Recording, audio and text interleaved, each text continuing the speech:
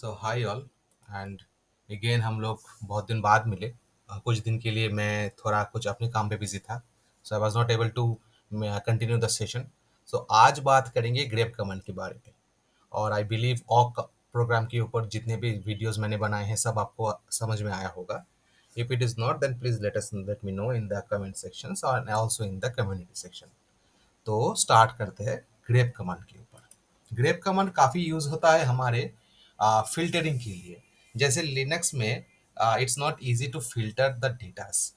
ठीक है, तो डेटा को फिल्टर करने के लिए ऑक, ग्रेप, सेड, काट ऐसे कुछ कमांड्स को यूज़ किया जाता है।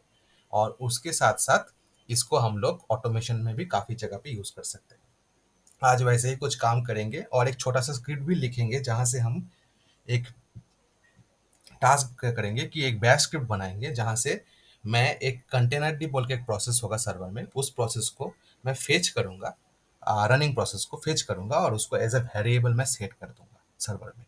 तो that will be done solve into this. अगर वो देखना है तो थोड़ा आगे जाना पड़ेगा आपको वीडियो में, और हो सके तो आप इसको पॉज करके भी सॉल्व करने की ट्राई कर सकते हैं। पर उससे पहले चलते हैं ग्रेप कमांड की। नाउ ग्रेप कमांड इज उसका फुल फॉर्म है ग्लोबल रेगुलर एक्सप्रेशन प्रिंट।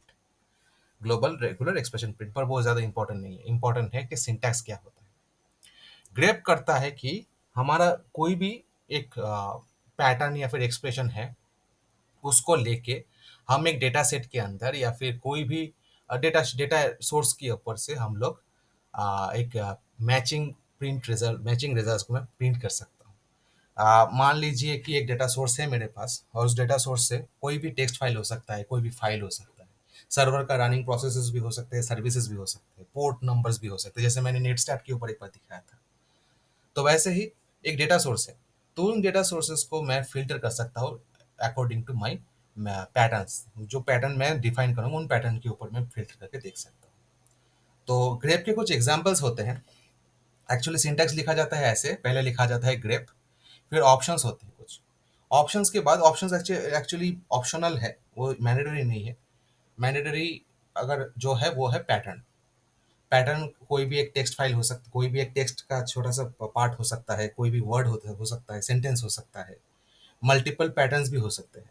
और फिर रहता है फाइल नेम, जो जिसको या फिर फाइल नेम या फिर डेटा सोर्स जिसको मैं रेफर कर रहा हूँ। एग्जाम्पल्स के हिसाब से एक काम करते हैं। अभी मैं एक टेक्स्ट फाइल बनाऊंगा और उस टेक्स्ट फाइल में मैं कुछ इनपुट्स में पास कर दूंगा, और फिर मैं क्या करूंगा उसके ऊपर एक एक करके मैं एग्जाम्पल्स को शो करूंगा। ठीक है, तो चलिए स्टार्ट करते हैं।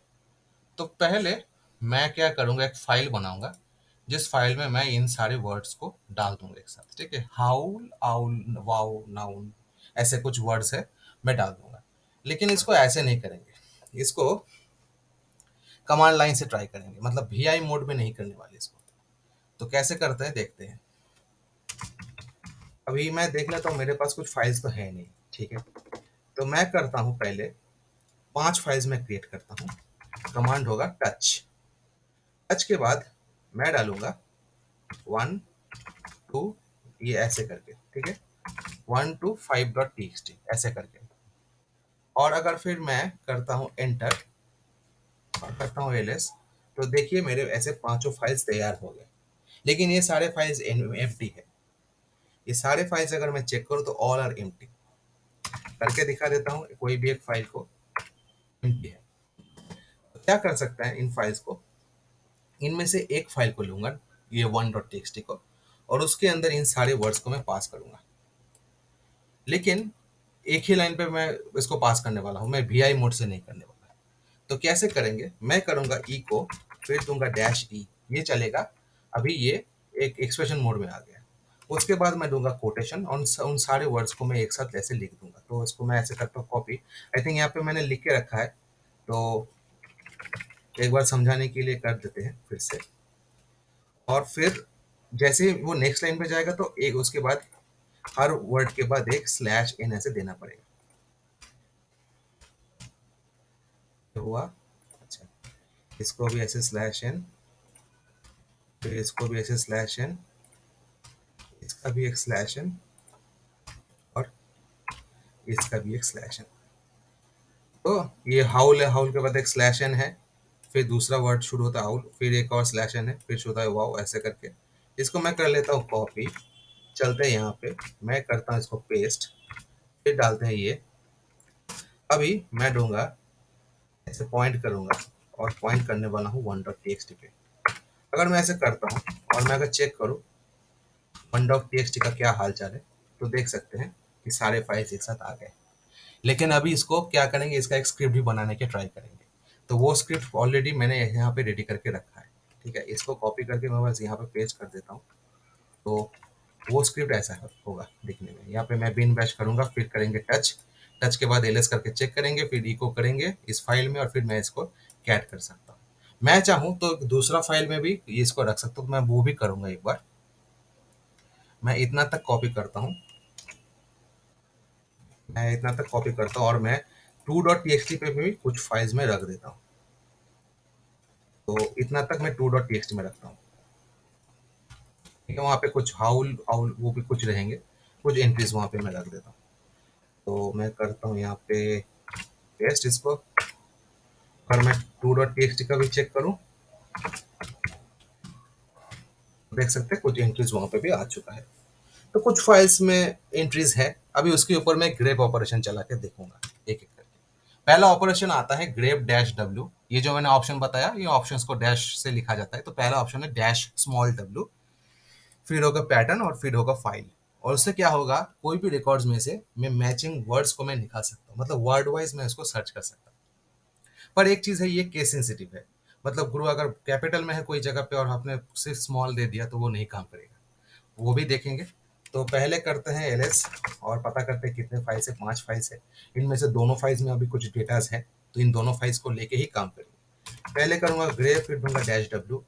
और पहला फाइल में जिसका मुझे पता है, यहाँ पे हाउल एक है जो जिसका कैपिटल एच है।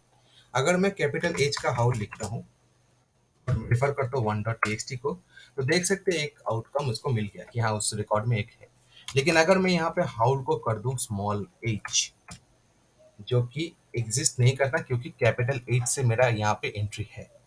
एक बार फिर से समझ लीजिए, यहाँ पे 1.txt के अंदर मेरे पास हाउल जो है वो कैपिटल एच का है। ठीक है, यहाँ पे पर मैं जब डब्ल्यू करके मैंने पहले चेक किया तो उसको डब कैपिटल एच वाला हाउल मिला। लेकिन अगर मैं स्मॉल एच करूंगा तो वो कुछ एंट्री मुझे नहीं दिखाएगा क्योंकि उसके पास कुछ डेटा नहीं है ऐसे। तो इन केस ऑफ दैट, ये केस सेंसिटिव चीजें मुझे नहीं देखनी है। मुझे बस रिकॉर्ड्स ढूंढने हैं कि अपर केस और लोअर केस में कहीं पे भी वो मिले। तो उसके लिए मैं करने वाला हूँ दूसरा चीज जिसको कहते हैं डैश स्मॉल आई। ये होता है matching words non case sensitive. करते हैं चेक। और अभी यहाँ पे मैं अगर कर दूं डैश आई स्मॉल करके, तो देख सकते हैं उसको मिल गया एक, जो कि है हाउल। अच्छा, यहाँ पे मैं देख सकता हूँ कि दो मेरे पास वाव है इस 1.txt के अंदर। मैं चाहूँ तो दोनों को चेक करके देख सकता हूँ कि दोनों मुझे दिखा या नहीं। देख लीजिए मेरे पास दोनों मिल गए। लेकिन दोनों तो मिल गए मुझे कि एक ही डेटा सोर्स के अंदर ऐसे दो रिकॉर्ड्स हैं। लेकिन वो कौन कौन से लाइन पे है या फिर उसका पोजीशन क्या है वो मुझे कैसे पता चलेगा, उसके लिए मैं करूंगा तीसरा। तीसरा जो होता है जहां से मैं पता कर सकता हूँ डैश इन से लाइन नंबर पता कर सकते हैं फॉर मैचिंग केसेस। क्या करेंगे, फिर वही जाएंगे यहाँ पे और यहाँ पे डालेंगे डैश इन। अब करेंगे तो देखिए लाइन नंबर 3 और लाइन नंबर 6 को बताने के लिए मैं करता हूँ कैट डैश बी। और डैश बी करेंगे तो यहाँ से मुझे लाइन वाइज मुझे पता चल जाता है कि कौन से लाइन पे क्या लिखा है। तो देखिए लाइन नंबर 3 पे है वाव, और फिर लाइन नंबर 6 में भी वाव है। तो दोनों का मुझे ऐसे इनपुट मिल गया, दोनों का ऐसे रिजल्ट मुझे मिल गया। तो लाइन वाइज मैं ऐसे करके फिल्टर कर सकता हूँ कि किस लाइन पे वो एंट्री है, ग्रेप कमांड के थ्रू मैं बता कर सकता हूँ। फिर आता है डैश भी। अब मान लीजिए मुझे वाव बोल के रिकॉर्ड को नहीं चाहिए, उसके छोड़ के जो भी रिकॉर्ड है वो मुझे शो करे। तो ऐसे सिचुएशन भी हो सकते हैं कि मैचिंग रिकॉर्ड मुझे शो ना करे। तो उसके लिए यूज करना किया जाता है डैश भी, जिसको कहते हैं नेगेटिव मैचिंग। सेम कमांड होगा, यहाँ पे डैश एन की जगह मैं लिख दूंगा डैश बी। अगर मैं अभी ये करूं तो देखिए वाव को छोड़ के इस रिकॉर्ड में से वाव को छोड़ के जो भी था वो सब ने इसने प्रिंट कर दिया। ठीक है, तो ऐसे करके डैश भी से हम लोग नेगेटिव रिकॉर्ड्स को पता कर सकते हैं। फिर आता है डैश सी। डैश सी मुझे बताता है कि count of number of matching cases. Count of number of matching cases मतलब कि एक ही रिकॉर्ड में, जैसे मैंने यहाँ पे देखा कि वाव मेरे पास दो दो रिकॉर्ड्स में है, तो मैं अगर पता करना चाहूँ कि कितने वाव्स है, मुझे बस काउंट चाहिए। मुझे कौन से पोजीशन में नहीं चाहिए, क्या का सिचुएशन है, हाल है, पता नहीं करना, मुझे बस काउंट पता करना है। देन मैं यहाँ पे डालूंगा डैश सी। मैं जब भी डैश सी कर दूंगा, ये बता देगा मुझे कि वाव कितने हैं, लेकिन ये केस सेंसिटिव हो जाएगा। ठीक है, तो अगर मैं यहाँ पे डैश सी करके हाउल लिखता हूँ, तो क्या मुझे बताएगा? ये बताएगा जीरो, क्योंकि हाउल जो है यहाँ पे कैपिटल एच का है। तो फिर मुझे इसको इन केस सेंसिटिव बनाना पड़ेगा कि भाई केस सेंसिटिव चीजों को छोड़ो, डैश आई दे देंगे। अब ये मुझे रिकॉर्ड शो करेगा कि हाँ एक है यहाँ पे। तो ये इस तरीके से केस सेंसिटिव वाला जो ऑप्शन है डैश आई, उसको हम लोग यूज कर सकते हैं with other options to find out our grep operation. अब आता है डैश एल। डैश एल का काम क्या है कि मैंने जहां पे दो फाइल्स में रखा है, तो मुझे पता करना है कि यहाँ पे कितने फाइल्स में मेरे डायरेक्टरी में वो सेम रिकॉर्ड मुझे मिलेगा, सिर्फ एक फाइल में नहीं। तो उसके लिए मैं डैश एल यूज कर सकता हूँ। फिर से बता दूं, यहाँ पे मेरे यहाँ पे कितने दो फाइल्स, पांच फाइल्स है। उनमें से दोनों फाइल्स में मैंने कुछ एंट्री रखा रखा था। तो मुझे अगर पता करना है कि कितने फाइल्स में वो सेम रिकॉर्ड मिलेंगे, मुझे सेम मैचिंग पैटर्न मुझे मिलेंगे, तो उसके लिए मैं यहाँ पे मैं देखूँ तो वाव दोनों में ही है। ठीक है, दोनों वन डॉट टी एक्स और टू डॉट टी दोनों में ही मैंने वाव को रखा है। तो मैं अगर चेक करना चाहूँ कि कितने में वो मैचिंग पैटर्न है, तो मैं डालूंगा ग्रेप डैश स्मॉल एल। उसके बाद मैं लिखूंगा जो पैटर्न है, and simply I will ask to search in the local directory that is star. अभी देखिए वन डॉट टी एक्स और टू डॉट टी दोनों में मुझे वो इनपुट मिल रहा है। तो इस तरीके से मैं पता कर सकता हूँ कि कौन कौन से पाथ में, मतलब उस कौन कौन से फाइल्स में भी वो सेम रिकॉर्ड मुझे मिल रहा है। लास्ट में रहता है पैटर्न। मुझे अगर मैं मल्टीपल सर्च करने हैं, तो अगर पैटर्न मुझे खाली एक वर्ड नहीं या फिर एक सिंटेक्स नहीं, मुझे काफी सारे चीजों का एक साथ सर्च करना है, तो मैं कैसे करूंगा? तो उसके लिए यूज किया जाता है कैपिटल ई। और भी कुछ ग्रेप के ऑप्शंस है, पर मेजोरिटी में यही सबसे ज्यादा यूज किया जाता है। तो वही आज डिस्कस कर रहे हैं। एडवांस लेवल पे एक और वीडियो में बाकी सारे केसेस का भी खुलासा करेंगे। तो ग्रेप डैश ई के बाद अगर मैं सर्च करूं कि मुझे बताओ कि हाउल और कैपिटल हाउल में कौन से क्या है, यहाँ पे कोई भी है, वो मुझे बताने के लिए, तो मैं अगर डालूं तो उसमें से पता चल जाता है कि हाँ एक में ये कैपिटल हाउल है। अभी मैं अगर फिर से एक बार कैट करता हूँ वन डॉट टी में, तो मुझे देखना पड़ेगा अगर कोई रिकॉर्ड दो दो है और स्मॉल और कैपिटल, अच्छा ये यहाँ पे काउ जो है ये सी कैप स्मॉल में है, यहाँ पे सी कैपिटल में है। तो इन दोनों को मैं एक साथ कंडीशन हिसाब से सर्च कर सकता हूँ कि इस रिकॉर्ड में दोनों है या नहीं। तो मैं करता हूँ कैपिटल काउ और small cow, and if I search with the multiple both the patterns, if it is matching, it will show me कि हाँ दोनों ही इसमें है, क्योंकि it is matching the condition। तो ऐसे ही टोटल मैंने कुछ 6 या 7 एग्जांपल्स बताए, जो कि ऑप्शन से हम लोग मल्टीपल केसेस में हम लोग चेक कर सकते हैं। अभी क्या करेंगे, अभी करेंगे एक प्रॉब्लम का सॉल्व। उसमें क्या है कि write a bash script to find the containerd process number and set as variable. Containerd क्या है? कंटेनर डी एक कंटेनर रन टाइम है। जैसे डॉकर इंजन चलता है वैसे कंटेनर डी का भी इंजन चलता है। तो उसको पता करने के लिए मैं सिंपल से कमांड डाल सकता हूँ। वो कमांड मैं यहाँ पे दे देता हूँ ps-ef करके। अगर मैं ग्रेप करूंगा यहाँ पे और मैं कंटेनर डी करूंगा, तो मुझे एक प्रोसेस का इंफॉर्मेशन मिल जाता है कि ये है प्रोसेस। ठीक है, शायद मैंने कंटेनर डी का स्पेलिंग गलत दे दिया।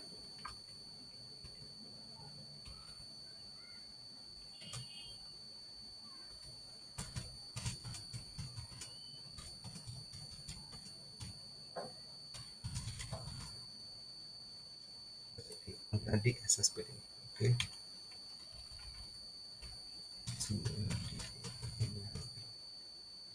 कंटेनर डी, देख सकते हैं मुझे कंटेनर डी का प्रोसेस मिला, लेकिन जैसे ही मैंने यहाँ पे ग्रेप को फिल्टर किया, ग्रेप से इसको फिल्टर किया, तो इसको PSEF ने इसको भी एज अ प्रोसेस काउंट कर लिया और ये ग्रेप को भी इसने मुझे एज अ आउटकम दे दिया। पर मुझे तो वो नहीं चाहिए, मुझे चाहिए ये वाले प्रोसेस का खाली इन्फॉर्मेशन, और उसका नंबर क्या है, यहाँ पे उसका नंबर है, प्रोसेस नंबर। तो मुझे बस ये फेच करना है। अगर मैं खाली इस कमांड से करूंगा तो मुझे दोनों मिलेंगे and it will be a very tough thing to sort out, पर उतना भी टफ नहीं है। उसके लिए अभी क्या करेंगे, उसके लिए ये जो -v वाला कमांड है उसको यूज करेंगे कि भाई मुझे ग्रेप वाला जो प्रोसेस एक चल रहा है साइड में, वो प्रोसेस को मुझे मत शो करो।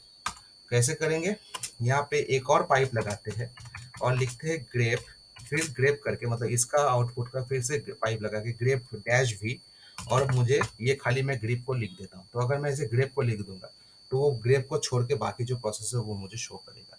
दिखाते हैं खाली, देखिए यहाँ से ग्रेप वाला प्रोसेस भी हट गया, तो I am kindly getting the only container process का रिकॉर्ड। पर इससे भी मुझे एक, इसको फिर से मुझे फिल्टर करना है और फिल्टर करके I need to find this one. तो इसके लिए क्या यूज करेंगे, ऑक कमांड का यूज करेंगे।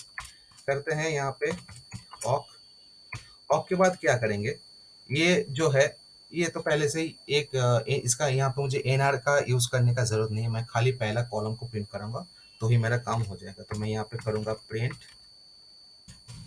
एंड आई विल गिव $1, तो मुझे खाली प्रोसेस मिल गया। ठीक है, तो ये कमांड को यूज करके पूरा टोटल ये पूरा कमांड को यूज करके I can get the running container process inside the server. अभी मैं इसको एज ए वेरिएबल मुझे सेट करना है, तो इसके लिए क्या करूंगा, मैं वेरिएबल का नाम दे देता हूँ, नाम देता हूँ कंटेनर डी अंडरस्कोर प्रोसेस। ठीक है, थोड़ा बड़ा नाम हो गया, कंटेनर डी PS कर देता हूँ अंडरस्कोर करके। अगर मैं इसको इक्वल टू करूंगा, अभी अगर मुझको अभी असाइन करना है, मैं दूंगा $, पूरा कमांड्स को मैं कॉपी कर लेता हूँ,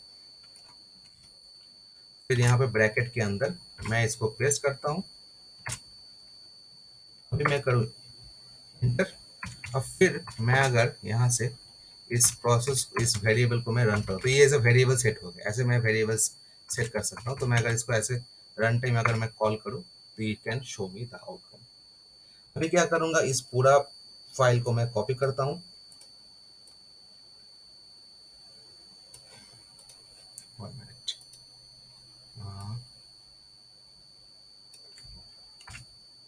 मैं करता हूँ एक VI और यहाँ पे नाम देता हूँ मैं process.sh।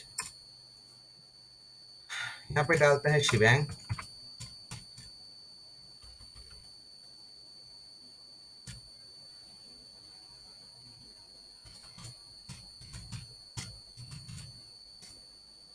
और फिर इसको करते हैं पेस्ट।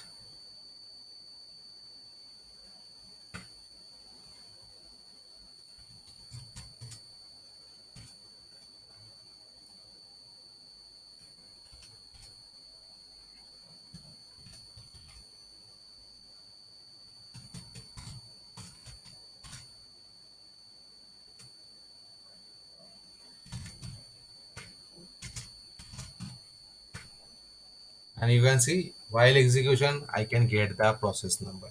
अभी मैं अगर इसको चला दूं ऐसे, अगर मैं एक दूसरा सर्वर ओपन करता हूँ, ठीक है, और उस सर्वर पे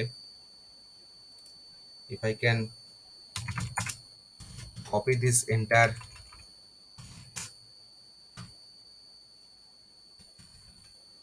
स्क्रिप्ट, कैसे मैंने इसको कॉपी कर लिया यहाँ पे, दूसरे सर्वर पे मैं जाके अगर मैं यहाँ पे फिर से वही फाइल बना दूँ,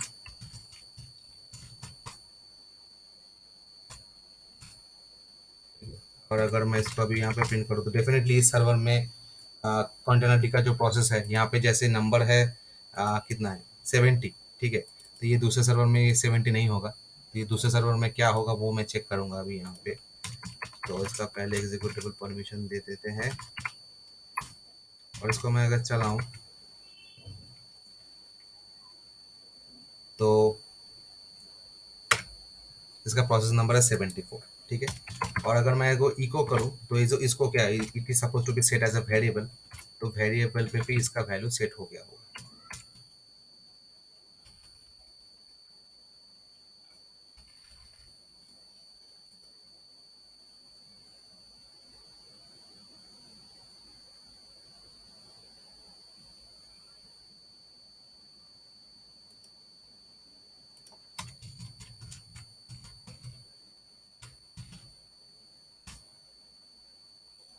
ठीक है। तो इस तरीके से हम लोग अपने हिसाब से बैश कमांड को, ग्रेप कमांड लाइन से मैं बैश प्रोग्राम्स को सेटअप कर सकता हूँ, और काफ़ी हद तक मैं ऑटोमेशंस में इसको यूज़ कर सकता हूँ। तो आशा करता हूँ आपको ये वीडियो समझ में आया होगा, और please let me know in the comment section how do you feel. Thank you very much.